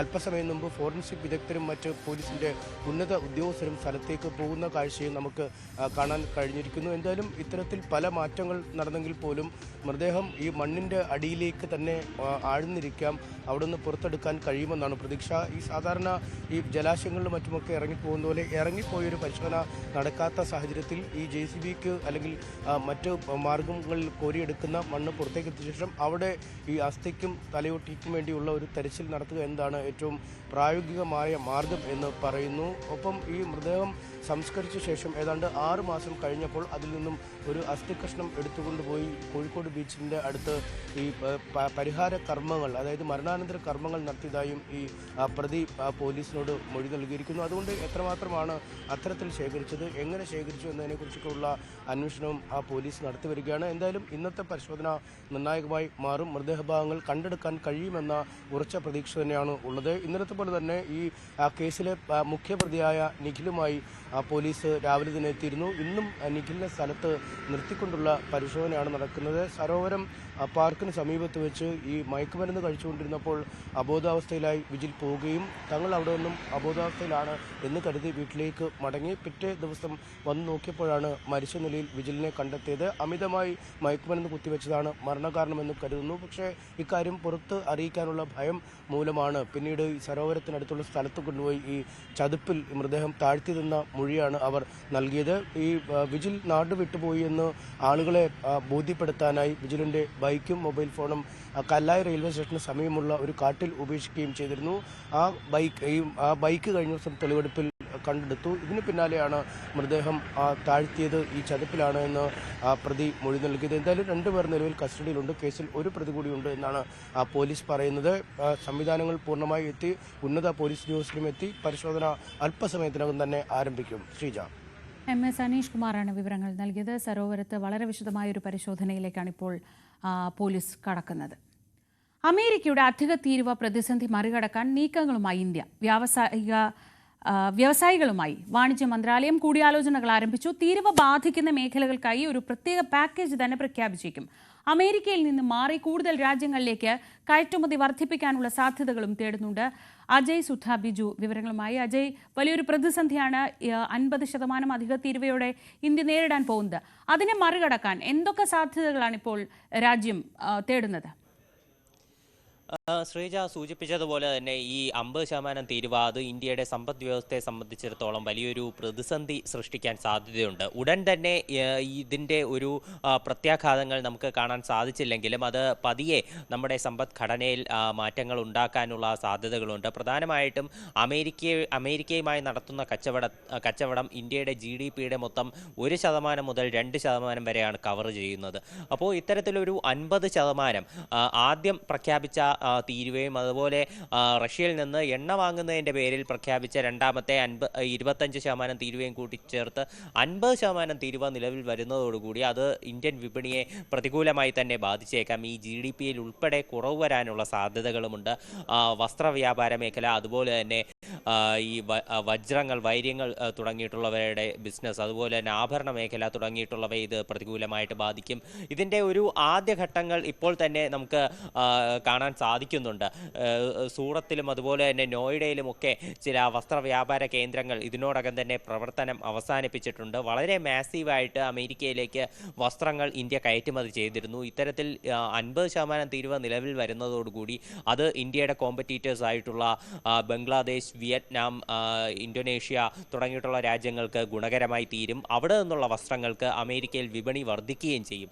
അത് തീർച്ചയായിട്ടും ഇന്ത്യയെ പ്രതികൂലമായിട്ടായിരിക്കും ബാധിക്കുക. ഇതിൻ്റെ ഒരു പരിഹാരമെന്നോണം ഈ വ്യവസായികളുമായി ഇപ്പോൾ വ്യാവസായിക മന്ത്രാലയം ഇതിനോടകം ചർച്ച തുടങ്ങിയിട്ടുണ്ട്. ഇവർക്ക് പ്രത്യേക പാക്കേജ് ഉൾപ്പെടെ അനുവദിക്കാനുള്ള നീക്കങ്ങളാണ് നടന്നുകൊണ്ടിരിക്കുന്നത്. 25,000 കോടി വരെ പ്രത്യേക പാക്കേജ് ഈ വസ്ത്ര വ്യാപാര മേഖലയ്ക്കും അതുപോലെ തന്നെ ഈ ആഭരണ മേഖലയ്ക്കും ഉൾപ്പെടെ നൽകാനായിട്ട് ആലോചിക്കുന്നുണ്ട്. അതുപോലെ തന്നെ ഈ കാർഷിക മേഖല, അതുപോലെ ഈ മത്സ്യമേഖല തുടങ്ങിയിട്ടുള്ളവയും ഈ ഒരു തീരുവ നിലവിൽ വരുന്നതോടെ പ്രതിസന്ധിയിലാകും. അപ്പോൾ ഇത്തരം മേഖലയ്ക്കും ഈ സാമ്പത്തിക സഹായം ലഭ്യമാക്കും എന്ന് തന്നെയാണ് നമുക്ക് അറിയാൻ സാധിക്കുന്നത്. ഇതിൻ്റെ ഇടയിൽ ഇന്ന് ഫോക്സ് ബിസിനസ്സിന് നൽകിയിട്ടുള്ള ഒരു അഭിമുഖത്തിൽ US ട്രഷറി സെക്രട്ടറി ആയിട്ടുള്ള സ്കോട്ട് ബെസറ്റിൻ്റെ ഒരു പ്രസ്താവന പുറത്തു വരുന്നുണ്ട്. അദ്ദേഹം പറഞ്ഞത് ഇന്ത്യക്ക് മേൽ ഈ പിഴത്തീരുവ പ്രഖ്യാപിക്കാനുള്ള കാരണം അത് റഷ്യയിൽ നിന്ന് എണ്ണ വാങ്ങുന്നത് മാത്രമല്ല, ഇന്ത്യ ഈ വ്യാപാര കരാർ US-ഉമായിട്ട് ഉള്ള വ്യാപാര കരാർ അത് അനിശ്ചിതമായി ആ കരാർ ചർച്ചകൾ നീട്ടിവെക്കുകയും ഈ വ്യാപാര കരാറിൽ തീരുമാനം തീരുമാനം എടുക്കാതിരിക്കുകയും ചെയ്തു. ഇത് കാരണമാണ് ഇതുകൂടി കാരണമാണ് ഇത്തരത്തിൽ ഈ തീരുവ 50% ഉയർത്താൻ കാരണമെന്ന് അദ്ദേഹം പറയുകയുണ്ടായി. എന്നാൽ അദ്ദേഹം ഒരു ശുഭപ്രതീക്ഷയും പങ്കുവയ്ക്കുന്നുണ്ട്. ഇന്ത്യ-US ബന്ധമെന്ന് പറയുന്നത് തീർച്ചയായിട്ടും വളരെ നല്ല രീതിയിലാണ്. ഇപ്പോൾ പ്രസിഡന്റ് ഡൊണാൾഡ് ട്രംപും നരേന്ദ്രമോദിയും തമ്മിൽ നല്ല റിലേഷൻഷിപ്പാണുള്ളത്. എന്നാൽ ഇപ്പോൾ രണ്ട് രാജ്യങ്ങളും തമ്മിലുള്ള ബന്ധം കുറച്ച് കോംപ്ലിക്കേറ്റഡ് ആണ്. എന്നാൽ വളരെ വൈകാതെ തന്നെ ഇത് നല്ല നിലയിലേക്ക് എത്തും എന്ന് പ്രതീക്ഷിക്കുന്നുണ്ടെന്ന് അദ്ദേഹം പറയുന്നു. അമേരിക്ക ലോകത്തിലെ ഏറ്റവും വലിയ എക്കണോമിയാണ്. ഇന്ത്യ ലോകത്തിലെ ഏറ്റവും വലിയ ജനാധിപത്യ രാഷ്ട്രമാണ്. അപ്പോൾ ഈ രണ്ട് രാജ്യങ്ങളും ഒത്തുപോകേണ്ടത് അത് തീർച്ചയായിട്ടും അനിവാര്യം തന്നെയാണ്. അപ്പോൾ രണ്ട് രാജ്യങ്ങളും തമ്മിലുള്ള ബന്ധത്തിൽ അത് ഒരു മഞ്ഞുരുകൾ ഉണ്ടാകും എന്ന് തന്നെയാണ് അദ്ദേഹം പറഞ്ഞിട്ടുള്ളത്. ഇന്ത്യ ഇതേ സമയത്ത് തന്നെ അമേരിക്ക നിലപാട് ശക്തമാക്കിയ സാഹചര്യത്തിൽ മറ്റ് രാജ്യങ്ങളിലേക്ക് തങ്ങളുടെ മാർക്കറ്റ് വർദ്ധിപ്പിക്കാനായിട്ടുള്ള നീക്കങ്ങൾ നടത്തുന്നുണ്ട്. UK-യുമായിട്ട് ഇന്ത്യ ഇതിനോടകം ഒരു വ്യാപാര കരാറിൽ ഒപ്പുവെച്ച് കഴിഞ്ഞു. യൂറോപ്യൻ യൂണിയനുമായിട്ട് പുതിയ വ്യാപാര കരാർ രൂപീകരിക്കാനുള്ള ചർച്ചകൾ നടക്കുന്നുണ്ട്. കുവൈറ്റുമായിട്ട് ചർച്ചകൾ നടത്തുന്നുണ്ട്. ഖത്തറുമായിട്ടുള്ള വ്യാപാര ബന്ധം അത് ശക്തിപ്പെടുത്താനായിട്ടുള്ള ആലോചനകളുണ്ട്. ഇത്തരത്തിൽ കിഴക്കൻ രാജ്യങ്ങളുമായിട്ടുള്ള ബന്ധവും ഒരു നല്ല രീതിയിൽ പോകാനായിട്ട് ആലോചിക്കുന്നുണ്ട്. ഇന്ന് പ്രധാനമന്ത്രി നരേന്ദ്രമോദി ജപ്പാനിലേക്ക് യാത്ര തിരിക്കുന്നുണ്ട്. അദ്ദേഹം ജപ്പാനിൽ ചെന്ന് ഈ വ്യാവസായിക ആവശ്യങ്ങൾ ഉൾപ്പെടെ അദ്ദേഹം ചർച്ച ചെയ്യും. നാളെ അദ്ദേഹം ചൈനയിലേക്ക് പോവുകയാണ്. നാളെ ഷാങ്ഹായ് സഹകരണ ഉച്ചകോടിയിൽ പങ്കെടുക്കും. അപ്പോൾ ഇതിലെല്ലാം ഉൾപ്പെടെ ഇന്ത്യയുടെ വ്യാവസായിക മേഖലയെ ലക്ഷ്യം വെച്ചുകൊണ്ടുള്ള ചർച്ചകളായിരിക്കും അദ്ദേഹം നടത്താൻ പോകുന്നത്. ചൈനയുമായിട്ടുള്ള ബന്ധം അത് കുറച്ചുകൂടി മെച്ചപ്പെട്ട സാഹചര്യത്തിൽ ചൈനയുമായി മുമ്പ് നിന്നുപോയിരുന്ന വ്യാപാര ബന്ധം അത് നല്ല രീതിയിൽ കൊണ്ടുപോകാനും ഇന്ത്യ ആലോചിക്കുന്നുണ്ട്. അപ്പോൾ ഇത്തരത്തിൽ അമേരിക്കയുമായി ബന്ധം വഷളായ സാഹചര്യത്തിൽ മറ്റ് രാജ്യങ്ങളിലേക്ക് തങ്ങളുടെ മാർക്കറ്റ് വ്യാപിപ്പിച്ച് വ്യവസായികൾക്കുണ്ടാകാൻ പോകുന്ന നഷ്ടം നികത്താൻ തന്നെയാണ് ഇന്ത്യയുടെ ലക്ഷ്യം. ശ്രീജ. ശരി, അജയ് സുധ ബിജുവാണ് വിവരങ്ങൾ നൽകിയത്. വലിയൊരു പ്രതിസന്ധി ഇന്ത്യക്ക് മുന്നിൽ വരുമ്പോൾ ആ പ്രതിസന്ധിയെ എങ്ങനെ മറികടക്കാം എന്നതിനുള്ള വളരെ വിശദമായ ചർച്ചകളാണ് ഒരു വശത്ത് നടക്കുന്നത്. അതിന് കൂടുതൽ പിന്തുണ തേടുകയാണ് India. Kochi Sacred heart CMI public സ്കൂളിൽ സെപ്റ്റംബർ 27 സംഘടിപ്പിക്കുന്ന Inter school cultural fest Mudita 2025 logo പ്രകാശനം നടന്നു. സ്കൂൾ ഓഡിറ്റോറിയത്തിൽ നടന്ന ലോഗോ പ്രകാശനം നടി അനിഖ സുരേന്ദ്രൻ പ്രകാശനം ചെയ്തു. ഗായിക ശ്രേയ ജയദീപ് മുഖ്യാതിഥിയായിരുന്നു. സംഗീതം, നൃത്തം, നാടകം, കലാരൂപങ്ങൾ തുടങ്ങിയവ ഉൾക്കൊള്ളിച്ചുള്ളതാണ് മുദിത ഫെസ്റ്റ്. ചടങ്ങിൽ school principal reverend doctor Varghese Kachappally, vice principal Vinitha Mendes തുടങ്ങിയവർ പങ്കെടുത്തു. ഇത് പൊന്നോണപ്പൂക്കാലം.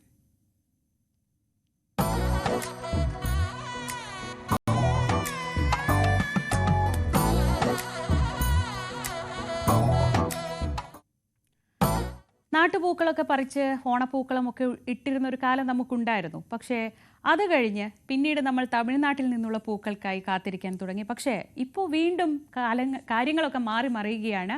നമ്മുടെ മണ്ണിൽ വിരിഞ്ഞ ചെണ്ടുമല്ലികളാണിപ്പോൾ ഇവിടെ വസന്തം തീർക്കുന്നത്. കൊണ്ടോട്ടി വട്ടപ്പറമ്പ് സ്വദേശിനി ഹസീനയുടെ ചെണ്ടുമല്ലി തോട്ടം ഓണവിപണിയിൽ ഒരു വനിതയുടെ സ്വന്തം കാലിലുള്ള പ്രയത്നത്തിൻ്റെ സുഗന്ധം കൂടി പടർത്തുന്നുണ്ട്.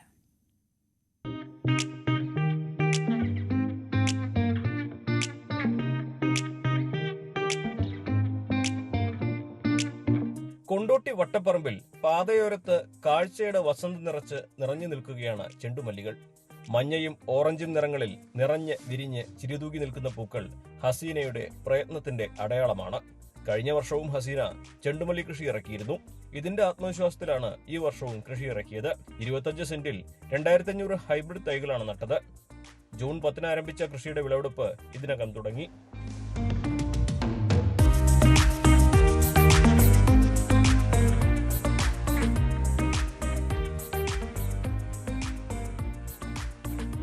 ചെണ്ടുമല്ലി നമ്മൾ തുടങ്ങിയത് ഇത് 2ാമത്തെ വർഷമാണ്. പക്ഷേ മെയിനായിട്ട് ഇതിൽ നിന്ന് നമുക്ക് മാനസികോല്ലാസമാണ് നമുക്ക് കിട്ടുന്നത്. മനസ്സിനുള്ള ടെൻഷനും കാര്യങ്ങളും എന്തുണ്ടെങ്കിലും നമ്മൾ ഈ ഒരു കൃഷിത്തോട്ടത്തിൽ വരികയാണെങ്കിൽ അത് നമുക്ക് മാറിക്കിട്ടും. അതാണ് ഇതിൽ മെയിനായിട്ടുള്ള ഒരു സന്തോഷം. പിന്നെ ആളുകൾക്ക്, നമ്മുടെ നാട്ടിലുള്ള ആളുകൾക്ക് തന്നെ ജൈവ രീതിയിലുള്ള പൂക്കൾ ഇടാനുള്ള ഒരിത്, അതും കൂടി പിന്നെ നമ്മൾ കൃഷി ചെയ്ത് അതിൽ നിന്ന് നമ്മൾ കൊടുക്കുമ്പോൾ അതൊരു സന്തോഷമാണല്ലോ. 13 വർഷമായി ഹസീന വീട്ടുമുറ്റത്തും ടെറസിന് മുകളിലുമായി പച്ചക്കറിയും ഔഷധസസ്യങ്ങളും പരിപാലിക്കുന്നുണ്ട്. ഒപ്പം ഗാഗ്, ഡ്രാഗൺ ഫ്രൂട്ട് തുടങ്ങിയ ഇനങ്ങളും. ഔഷധ സസ്യങ്ങളിൽ നിന്ന് പലതരം മൂല്യവർദ്ധിത വസ്തുക്കളും ഉൽപ്പാദിപ്പിച്ച് വിൽപ്പന നടത്തുന്ന ഇവർക്ക് മികച്ച വനിതാ കർഷകയ്ക്കുള്ള കൊണ്ടോട്ടി കൃഷിഭവന്റെ പുരസ്കാരവും ലഭിച്ചിട്ടുണ്ട്. വട്ടപ്പറമ്പ് പരുത്തിനിക്കാടൻ അബ്ദുൾ റൌഫാണ് ഹസീന്റെ ഭർത്താവ്. എല്ലാത്തിനും പിന്തുണയുമായി മക്കളായ മുഹമ്മദ് അഷ്മിൽ, മുഹമ്മദ് ഹസീൻ എന്നിവരുമുണ്ട്. പാതയോരത്ത് ഇതിനകം തന്നെ മനോഹര കാഴ്ചയായി മാറിയ ചെണ്ടുമല്ലിത്തോട്ടത്തിൽ നിന്ന് ഫോട്ടോയും വീഡിയോയും റീൽസും പകർത്താനായി ഒട്ടേറെ പേരാണ് എത്തുന്നത്. ന്യൂസ് 18 മലപ്പുറം. ഇതോടെ 9 മണി വാർത്ത പൂർണ്ണമാവുകയാണ്. ഇനി പ്രധാനപ്പെട്ട വാർത്തകൾ ഏറ്റവും കൂടുതൽ ചൂടുപിടിക്കുന്ന സമയമാണ്. പ്രത്യേകിച്ച് രാഹുൽ മാങ്കൂട്ടത്തിനെതിരെ എടുത്ത കേസുമായി ബന്ധപ്പെട്ട് എന്തൊക്കെ സംഭവവികാസങ്ങളാണ് ഇന്നത്തെ ദിവസം വരാനിരിക്കുന്നത്, രാഷ്ട്രീയമായി എങ്ങനെ പ്രതിരോധം തീർക്കും കോൺഗ്രസ് ഇതിനോടൊക്കെ എന്നതൊക്കെ കാത്തിരുന്ന് കാണേണ്ടതാണ്. ആ വാർത്തകളുടെ വിശദാംശങ്ങളിലേക്ക് ന്യൂസ് 10 വിശദമായി തന്നെ കടക്കാം. 9 മണി വാർത്ത പൂർണ്ണമാവുന്നു. നമസ്കാരം.